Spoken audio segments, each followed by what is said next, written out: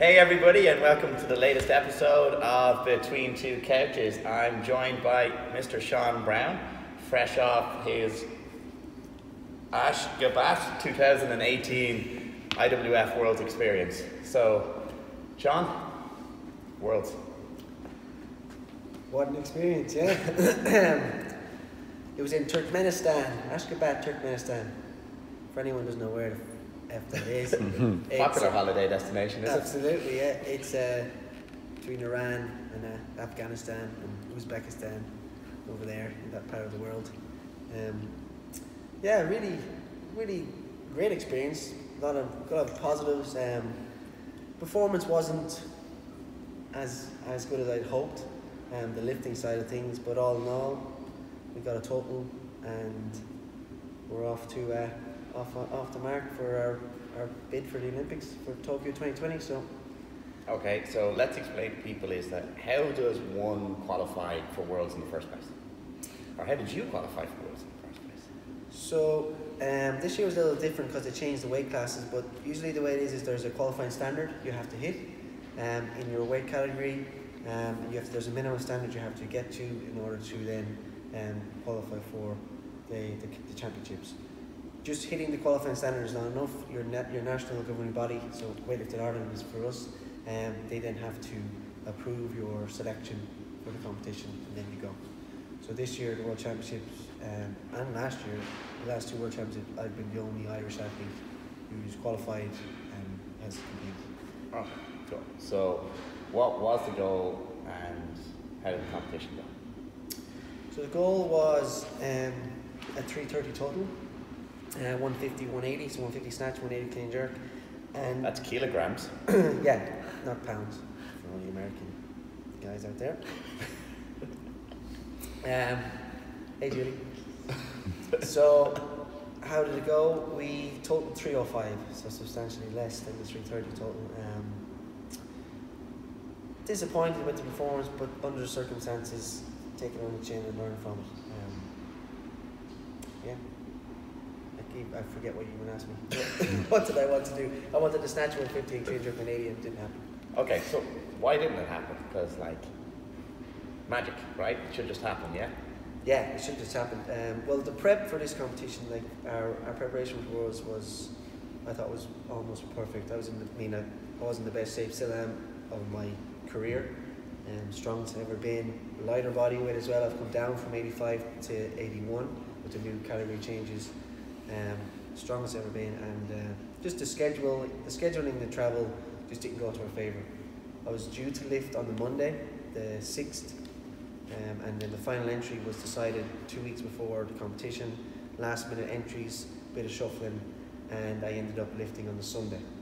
So I arrived in Turkmenistan at 5 a.m. Saturday morning, and then I was due to lift at 8 a.m. the following Sunday. So just over 24 hours in the country. Didn't do us any favours in relation to acclimatising, and I was also, because of travelling, I was constipated and retaining water. Sorry. So at 5 p.m. on Saturday afternoon, I was 81.9 kilos on the scale, and I needed to be under 81 Sunday morning at 6 a.m. So I was eating nothing to starve myself to a degree, and I had to go to the sauna, which is something I'd never done before. This is the first kind of real weight cut I've ever had to do, because I was always a light 85 when that weight class was being used. So I went to the sauna, which was horrendous. The sauna was about 85 degrees Celsius, and there was 5 Chinese little fuckers in there, and they were just horsing water on the sauna because they were overweight as well, and I was in there and I was dying, and the door was locked. I had to stay in there for 10 minutes at a time. I did 18 minutes total, and I went in at 81.9, and by the time the sauna was finished, I was 81.2. Right. So I lost a substantial bit of water weight, and then I was fine. A horrible bit of... Yeah, and I cursed those Chinese men forever. Okay. A little backstory I'll fill in our viewers is that years and years ago, Seán lifted, the weight categories used to be 85 kilos and 77, and Seán lifted one day, I want to say 79 and a half or something like that. And I said to Seán, said, you could lift, you know, with a bit of cutting, you could lift as a 77. Seán, without telling me, went in at Ben and Jerry's every day for 6 months to make sure he got up to 86 and would have to cut for 85, so he didn't have to cut. And he didn't tell me until much, much later, you know? He was just like, I don't know, lad, I just think I'm putting on muscle. So years later, when the weight categories came down, I guess poetic justice of that. Yeah. Right. 2 Ben and Jerry's a week, that was... So, going back, we were happy with the training. What separates your training from a lot of other lifters? Why do you think it worked this well? Well, I mean, the first thing for me was, this is the first training phase that I've actually been able to train consistently for a prolonged period of time. Yeah. I mean, I've talked about my European seniors training from 2017, where I basically had 6 weeks training leading up to it because we had our first child and we were in America and there was a lot of other added stresses in my life at the time. But this training block, I trained 6 days a week, I looked after my recovery, and I've been able to commit a lot of time to it, and because of that, I've put myself in the best chance, opportunity, or best place to hit those big numbers and hit those totals. From someone else's perspective, I mean, I have the support from you guys and the gym here. So like you guys giving me the opportunity to have some allocated time throughout the day to train and prioritize it. I mean, you're as committed to my goals as I am, and we get our work done, and obviously in day-to-day life, but we also prioritize that I have to get my training in, which has also helped me stay accountable for it as well. Because like when I was in America and we were working remotely, I might text you and be like, didn't get any training today, Colm, and you're like, fucking wasted. You know? Can I do my snatches? No. Did my snatches. Yeah. So, I mean, from my perspective, I've had the best training phase I've ever had. So I'm very pleased with that. Like. Cool. Okay, so the plan was 142, 146, 150, and then Harry made the call to open at 138. Why is that important, that it was more important to get a total than go for broke? Why is that important in the grand scheme of things? So it's massively important because of the new selection, the new qualification process for Tokyo for the Olympics. So they've changed the whole process. It used to be a case of you needed to send a team to these international competitions and your team would accumulate points. Yeah. It's now come down to an individual stage. So I can qualify for Tokyo myself.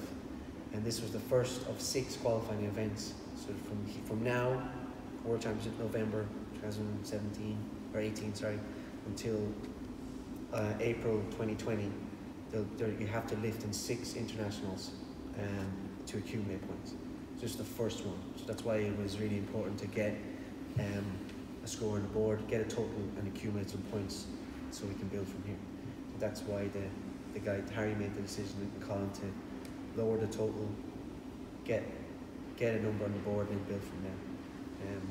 And also the circumstances with the travel, the sauna, trying to cut weight, being in the country 24 hours before lifting, that all played a factor in why we kind of changed the plan. I wasn't happy with it, but I knew that the bigger goal. I let my ego sit back and be like, just hit a good lift, get it on the mark. Also, redemption for me last year, if anyone's been following my journey. Yeah. Last year's World Championships, I snatched 145 and I bombed on clean jerks. I got no total.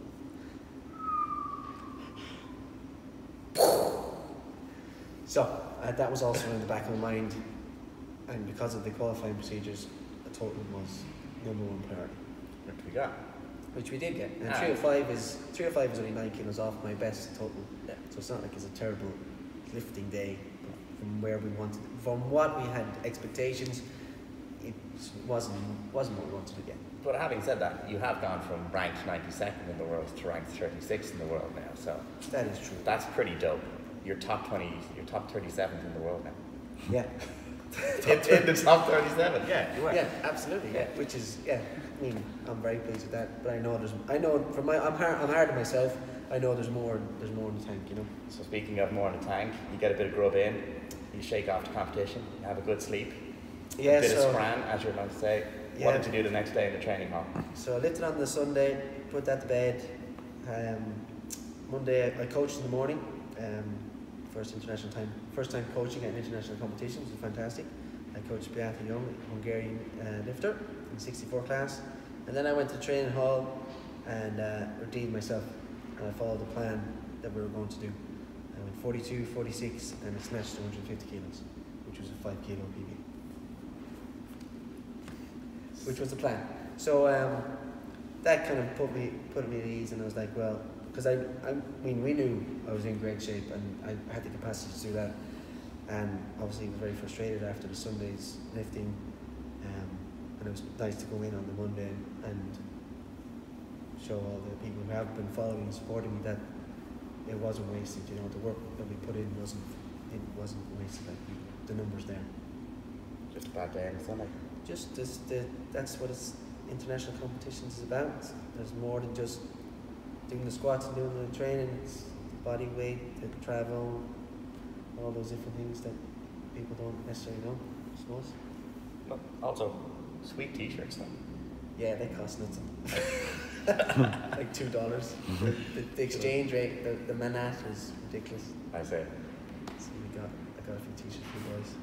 We'll wrap that up. Seán, thanks for sharing the story, because I know you'd like me coming in here telling the story of your 150, 180, which I'm sure we will in a couple of 22 weeks' time, after Euros. Yeah, so the next one is European Seniors in April, in Georgia. And we've got a lot of things that we can And improve Seán, on. if I was an aspiring weightlifter and wanted to get involved with weightlifting, how could I start with CFI Weightlifting Club? Well, I mean, the first thing to do is to reach out to us, drop us an email, sean@crossfitireland.ie, or call us or message on Facebook, and you can come in and try a weightlifting class for free. Try it out, see what you think. If you want to train with us in-house, if you want to train with us remotely, we offer online programming, I do, and you can follow team programming, or it can be specific for you. Again, just reach out, email me, or shoot me a text, Facebook. And even if I've never lifted before, I could Yeah, get there's going. no entry requirements. Anyone can do it. Got people. I've coached kids from 11 years of age to coaching my father who's 63. So there's the spectrum. My dad took it up 3 months ago. So there's no. You want to get into it? Just start now. It's for everyone. Weightlifting for life. Awesome. Guys, that's the latest episode of Between Two Couches. I'd like to thank Sam behind the camera, all right, and Derek, who's giggling in the office, and Julie, who sat patiently through that whole thing before her personal training session. Thanks, Steve. Thanks, guys.